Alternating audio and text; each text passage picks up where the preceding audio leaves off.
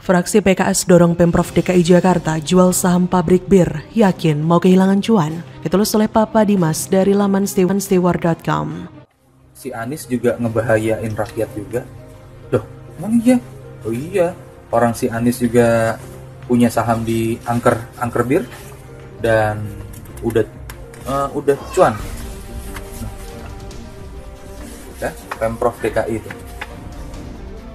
Agar mendapatkan dukungan dari teman-teman DPRD DKI Jakarta untuk dapat menyetujui apa yang ingin kami laksanakan terkait penjualan PT sampai prinsipnya kami sudah sepakat di eksekutif akan menjual saham tersebut kepada publik. Silakan nanti siapa. Di mana letak peran pembangunan dari sebuah perusahaan bir?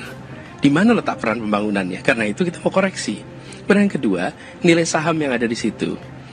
Sahamnya kita punya 26,3%. Itu kira-kira 1,2 triliun. Dan setiap tahun rata-rata kita mendapatkan dividen jumlahnya sekitar 38 miliar. Jurnalister, masih ingat nggak kalau Gubernur DKI Jakarta, Anies Baswedan, berjanji akan menjual saham di pabrik bir PT Delta Jakarta pada kampanye Pilgub 2017 lalu? Mungkin banyak yang sudah lupa ya, mengingat sebagian besar janji kampanye Anies belum ada yang terrealisasi. Misalkan ada pun, programnya juga semrawut. 2 tahun setelah janji kampanye dan kemenangan Anies di Pilgub paling brutal seantero jagat raya itu, tepatnya pada 2019, janji itu pun belum juga dilaksanakan. Namun Pemprov DKI memastikan bahwa di tahun berikutnya, tepatnya 2020, Pemprov akan melepas kepemilikan saham PT Delta Jakarta atau DLTA dan tak lagi menerima dividen.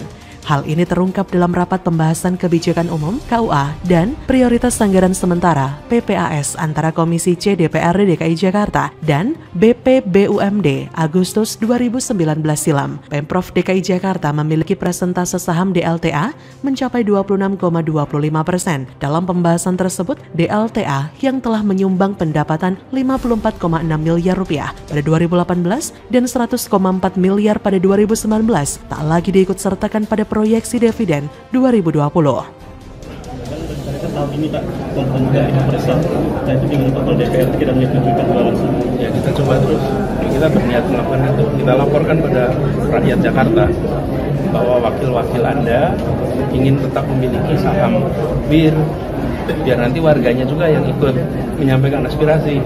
Kalau menurut warga memang sesuai aspirasi wakilnya, kita akan jalan terus. Gitu loh. Supaya jelas, Pak, ini kalau bukan halal haram kenapa? Anda pengen bertanya itu sama Pak Anies? Iya, dan yang ujungnya terakhir adalah siapa yang mau beli ini? Tapi kalau dari mudarat, dari Pak Muslim mengatakan itu mudarat, banyak Pak, ini. gini aja, larang aja sekalian gula pasir. Iya, gula, penyakit gula. Iya, Nah. makanlah gula banyak-banyak, Pak.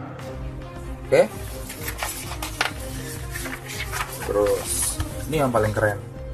Minuman alkohol mau dilarang, Pemprov DKI malah nambah sahamnya di angker. Jadi sebenarnya omongannya si Tengku Jul ini sebenarnya membahayakan rakyat. Sebenarnya yang membahayakan rakyat itu elu sendiri. Elu yang ngebahayain negara ini secara keseluruhan.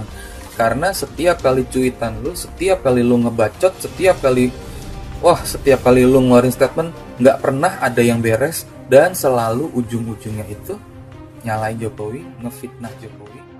Anies pun mengonfirmasi hal tersebut dan berharap proses pelepasan saham yang sedang berlangsung bisa rampung pada 2019.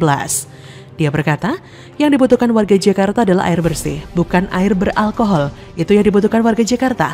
Jadi lebih baik dananya digunakan untuk membangun infrastruktur air minum. Apalagi tambahnya dividen cuma segitu, kan sedikit sekali, kata Anies kala itu. Alah, pret pembual, gini kok mau jadi presiden? Buktinya, sampai detik ini, saham sebesar 26,25% itu belum juga dilepas. Dividen yang katanya sudah tak akan diterima per 2020, pastinya sampai saat ini masih terus mengalir dong. Cuan, cuan, dan cuan. Buktinya, fraksi Partai Keadilan Sejahtera PKS masih mendorong Pemprov DKI untuk menjual saham DLTA di bulan Ramadan ini coy. Ketua fraksi PKS DPRD DKI Ahmad Yani menilai Ramadan kali ini merupakan momentum untuk Pemprov DKI menjual saham perusahaan penghasil minuman beralkohol itu. Kata Yani, penegasan ini pas dengan momentum bulan suci Ramadan agar keberkahan di ibu kota dapat dirasakan oleh seluruh warga Jakarta. Apalagi kata dia, penjualan saham PT Delta Jakarta telah menjadi janji kampanye Gubernur DKI saat terpilih 5 tahun lalu. Hal tersebut juga merupakan bentuk aspirasi dari masyarakat kepada fraksi PKS. Menurut dia, hasil penjualan saham tersebut bisa dimanfaatkan bagi kesejahteraan masyarakat DKI Jakarta. Sebelumnya, kata dia, hal serupa juga pernah diusulkan Sandiaga saat masih menjabat sebagai Wagub DKI. Saat itu, Sandi mengusulkan untuk melelang saham yang hasil dananya digunakan untuk pembangunan sekolah dan fasilitas lainnya. Nah, terus selama 5 tahun ini kok diam-diam baik?